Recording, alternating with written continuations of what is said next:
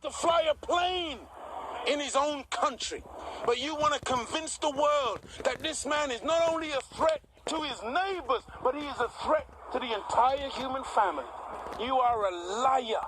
Liar. And the people are intellectual cowards who sit down and suck up this filthy lie in order to justify evil against the Iraqi people who are dying by the thousands every day because of sanctions and other punitive measures which have been imposed by America, Britain, the European nations, and the so-called United Nations. If he was a man of peace, why the war with Iran?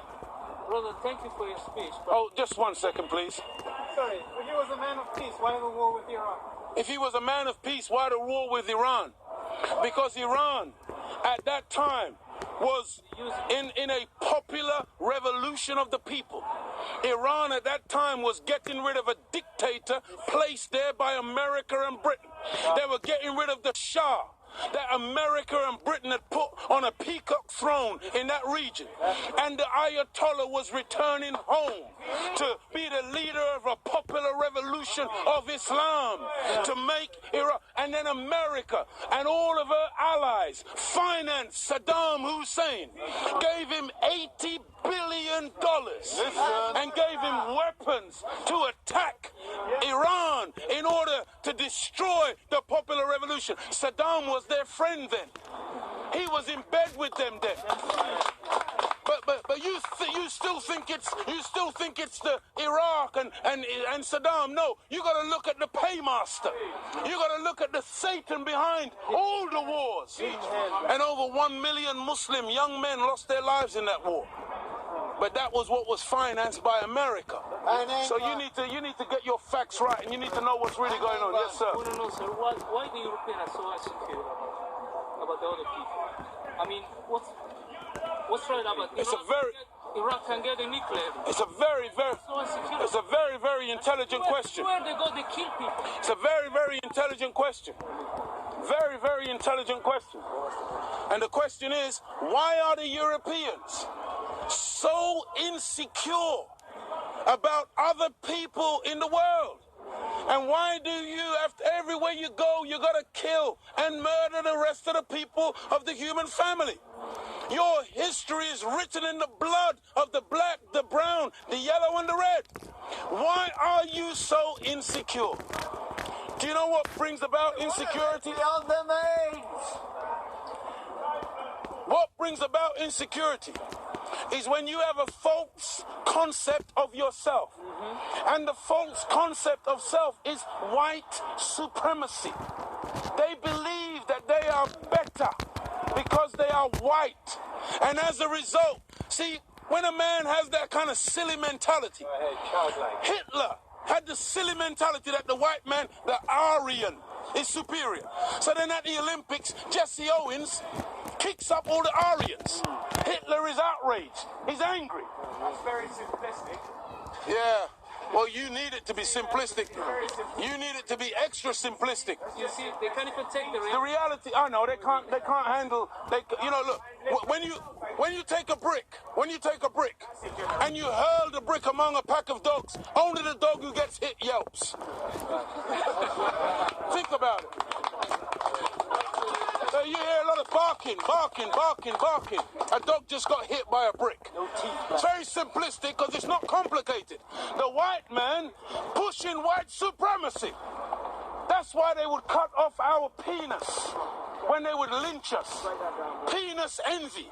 They're afraid of the black man because of our potency, because of our manliness. Because when you look at the black man, he's a real man. He's strong. So then they would have us as mandingos, fighting one another. That's why even today, they want to be the heavyweight champion of the world. They can't find a white man to do it. So they tried to turn a black man, Frank Bruno, into a white man. They called him the Great White Hope. They're desperate. They deny us. I'm talking about the insecurities. We're not allowed to play golf. Why are we not allowed to play golf? Because we are inferior. We can't play the game. But let one black man into golf. Then all of a sudden there's a tiger in the woods.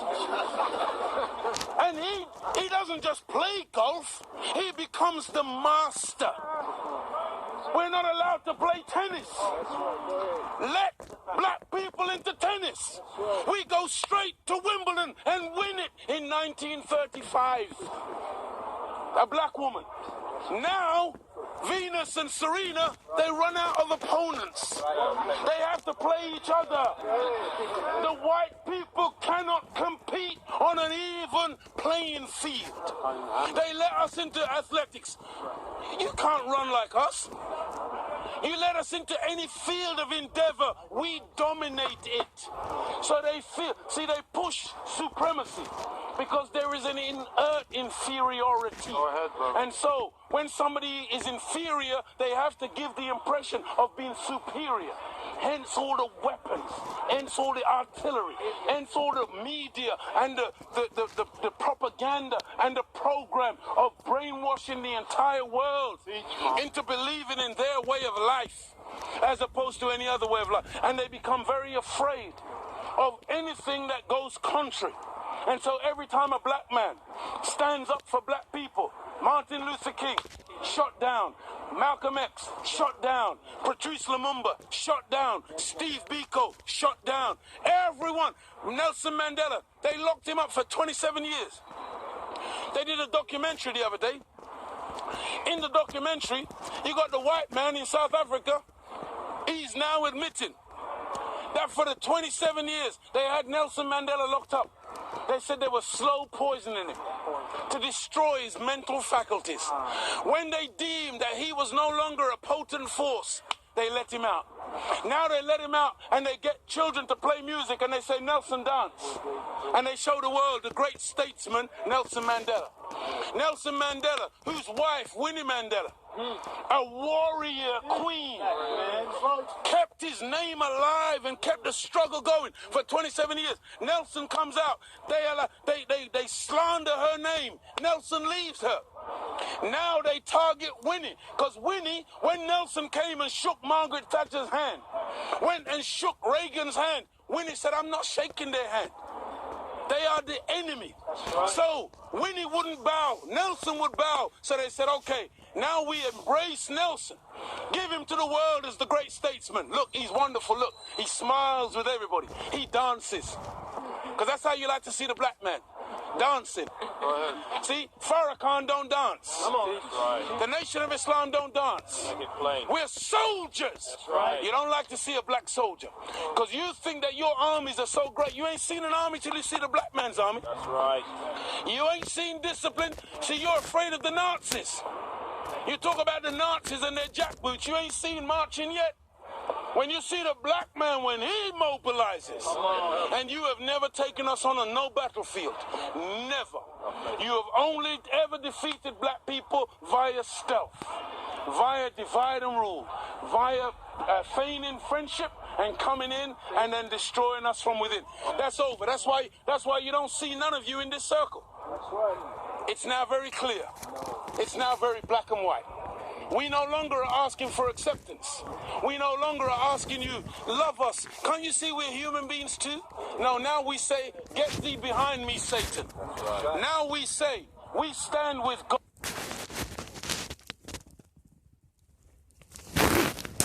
Black Oreos always want to bring up the past. Yes, they do. That's right. Hey, listen here, Vanilla Icing.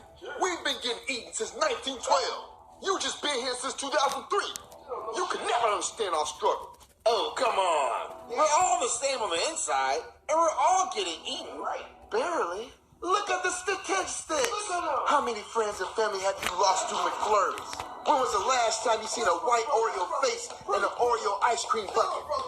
You don't have the answers. Because white Oreos ain't got no flavor. You Oreos always want to feel special, don't you?